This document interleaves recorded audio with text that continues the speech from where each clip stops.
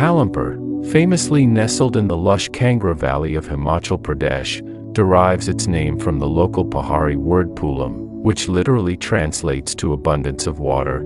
This beautiful town is defined by the roaring streams cutting through the tea gardens beneath the towering, snow-capped Dhauladhar mountains, because Palampur is deeply tied to its mountain rivers and its spiritual neighbors. The local folklore centers heavily on divine water and the eternal legends of Lord Shiva.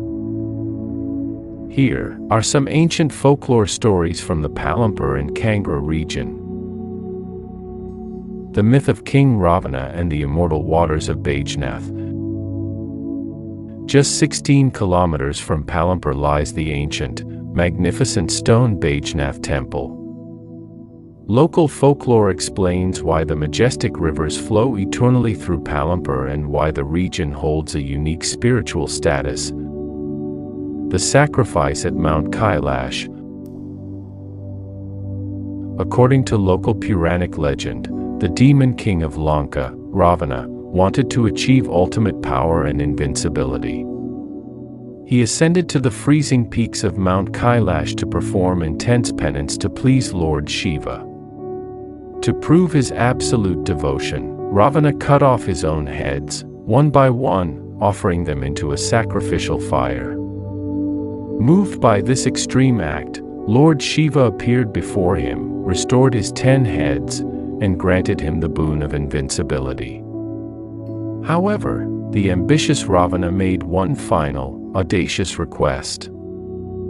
He prayed, "My lord, please come with me to Lanka so your divine presence can protect my kingdom forever." The condition of the lingam. Shiva agreed to go with him, but under a strict condition.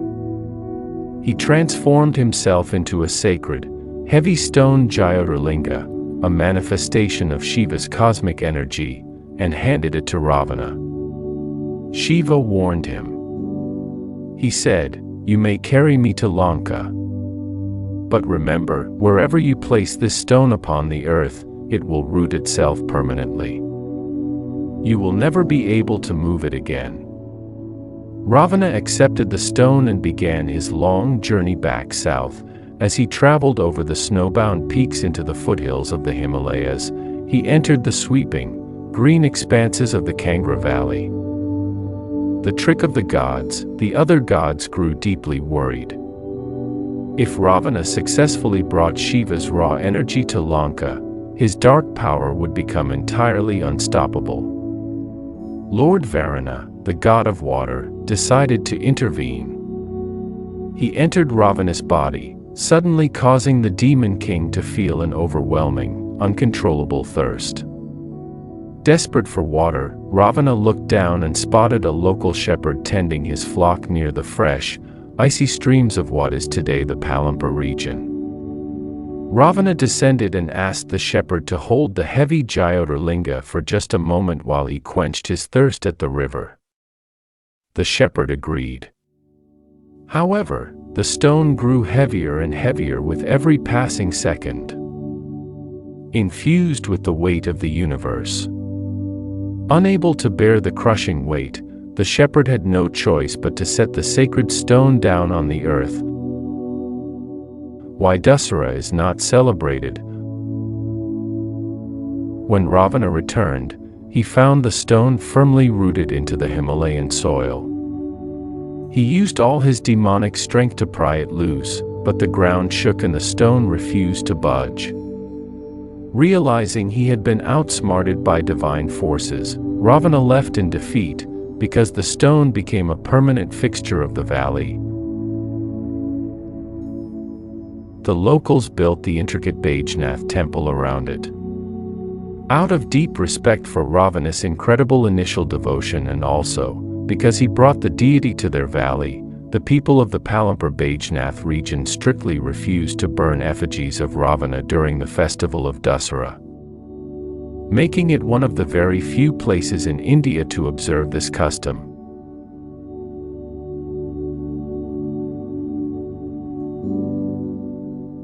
The legend of the Neugal Khad, the river born of love and sorrow. The most iconic natural landmark inside Palampur town is the Neugal Khad, a massive, deep chasm through which a ferocious, crystal-clear mountain river rages. The old folk songs of the Pahari women tell a bittersweet tale of how this canyon came to be. The shepherd and the village maiden, centuries ago, long before the British arrived to establish the famed tea plantations, a poor shepherd boy named Neugal lived in the high pastures of the Dhauladhar range. He spent his days playing a wooden flute, herding his sheep through the mist. One spring afternoon, he looked across a narrow ridge and saw a beautiful maiden from a wealthy family down in the valley. Her name was Palam, and she had come to collect wild berries. Intrigued by his haunting flute music, she climbed the rocks to meet him. Over the course of a single summer, the two fell deeply in love. They met in secret beneath a massive deodar tree, dreaming of a life together, completely ignoring the vast societal difference and divide between a wealthy landlord's daughter and a penniless shepherd, the forbidden union. When Palam's father discovered the secret romance, he was furious. He immediately arranged her marriage to a powerful merchant from a distant kingdom and locked her away in a stone room. On the night before she was to be sent away, a massive thunderstorm rolled over the Kangra Valley. Lightning ripped across the sky. Driven by desperation, Palam escaped her room and ran barefoot through the pouring rain up into the dark mountains to find Neugal. Neugal, sensing danger, raced down from his high pasture to meet her. The chasm of eternity. They finally met at the edge of a massive, solid rock plateau just outside the village. But their escape was cut short. The landlord's guards, carrying burning torches, cornered them at the edge of a sheer cliff. Rather than be separated forever, Neugal and Palam turned to the mountains and prayed to the spirits of the Dhauladhar to protect their bond. Clasping each other's hands, they stepped off the cliff together into the darkness. Folklore says that the moment their bodies fell, the sky cracked with a deafening roll of thunder. The solid rock plateau split completely wide open, forming a massive, jagged canyon. Out of the mountain's heart broke a torrent of pure, unyielding water that swept the lovers away into the spirit realm. The locals named the Great Canyon and its roaring river Neugal Khad in honor of the shepherd. Today, visitors standing at the Neugal viewpoint can hear the deep, thunderous echo of the water crashing against the stones, a sound local elders say is the eternal laughter of the two lovers who finally found freedom in the water.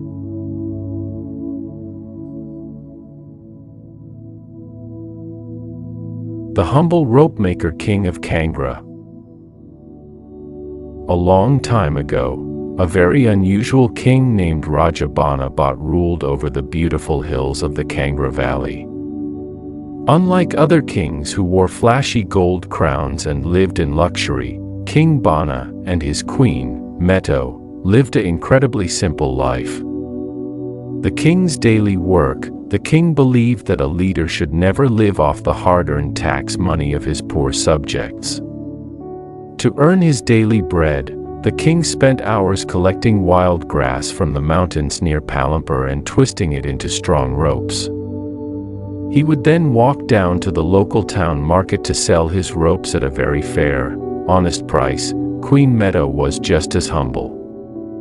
Every morning, she woke up before sunrise to walk to the village well with an earthen pot to fetch water. She spun cotton into thread by hand so she could sew basic, plain clothes for herself and the king. The big mistake at the fair. One spring, a massive festival and fair was held in the heart of Kangra. Merchants from across India came to sell beautiful fabrics, sweets, and pottery. The king and queen decided to attend, walking hand in hand through the happy crowd. They did not have any security guards, royal protocols, or weapons. While looking at a clothing stall, a very wealthy merchant mistakenly thought the royal couple were poor beggars because of their plain, hand-spun clothes. The merchant spoke to them rudely, saying, "Move out of the way. You cannot afford my expensive silks. Go buy something cheap." Instead of getting angry or ordering his soldiers to lock up the merchant, King Bana just smiled gently. He politely apologized for blocking the stall and stepped aside. The lesson in the court: the next morning, the wealthy merchant was called to the royal court to settle a business permit. When he walked in, his jaw dropped in horror. Sitting on the simple wooden throne was the exact same poor man he had insulted at the fair the day before. The merchant fell to his knees, trembling with fear, and begged for mercy. King Bana told him to stand up. He told, "True wealth is not measured by the silks you wear, but by how you treat a stranger who has nothing," the king said softly. Instead of punishing him, the king bought a bundle of the merchant's cloth to distribute to the poorest families in the valley. The merchant wept with gratitude and promised to never judge a person by their clothes again.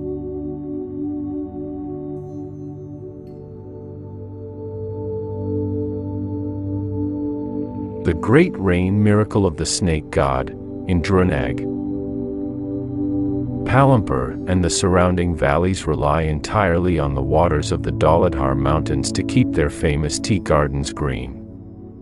In ancient times, the local farmers believed that the weather was controlled by a powerful snake deity named Indrunaag. The terrible drought. Centuries ago, a terrible disaster struck the valley. Summer arrived, but the heavy monsoon clouds completely bypassed the mountains. Weeks turned into months, and not a single drop of rain fell. The roaring mountain rivers of Palampur dried up into dusty rocks. The tea plants withered. The cattle grew weak from thirst. And the villagers faced a devastating famine. The people tried everything. They chanted prayers, lit sacrificial fires, and dug deep into the dry riverbeds, but the sky remained empty and blazing hot. The brave shepherd's journey, seeing his village suffer, a young, kind-hearted shepherd boy decided to climb into the highest, most treacherous peaks of the Dhauladhar range. He knew that the sacred cave of the snake god, Indrunaag, was hidden somewhere up in the snow. The journey was exhausting. The air was thin, and the boy had no water left. Just as he was about to faint from exhaustion near a steep cliff, a massive, glowing king cobra emerged from a crack in the rock. The snake's eyes shone like lanterns. A pure heart saves the valley. Instead of running away, the boy bowed deeply. "O protector of the mountains," the boy pleaded, "do not punish my village for any mistakes we have made. If you need a sacrifice to bring back the water, take my life, but please save the children and the animals below." The snake deity was deeply moved by the young shepherd's pure heart and willingness to sacrifice himself for others. The cobra transformed into a majestic, glowing figure wrapped in mist. "Your selflessness has broken the curse," the deity spoke, his voice sounding like rolling thunder. The god told the boy to return to his village immediately. As the boy scrambled back down the mountain slopes, the sky suddenly turned an inky, dark blue. A cool, crisp wind swept through the valley, and a massive, life-giving downpour of rain flooded the parched earth. The streams began to roar once more in the river, and the tea gardens bounced back to life.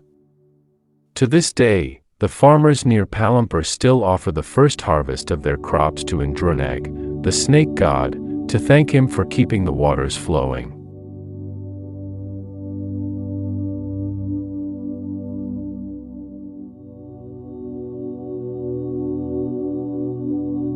If you like this video, then please subscribe and press the bell button so that you can get the notification of next videos early. Kindly share this video more and more. Maybe this video become useful for few people.